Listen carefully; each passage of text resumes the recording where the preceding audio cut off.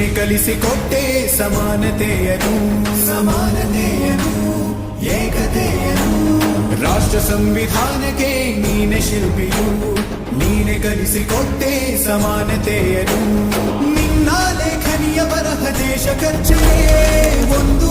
ಮಾತು ಕೂಡ ಭೀಮ ಗರ್ಜನೆ ನಾಯಕ ನೀನು ಭೀಮರ ಮಹಾನಾಯಕ ನೀನು ಭೀಮರ ನಾಯಕ ನೀನು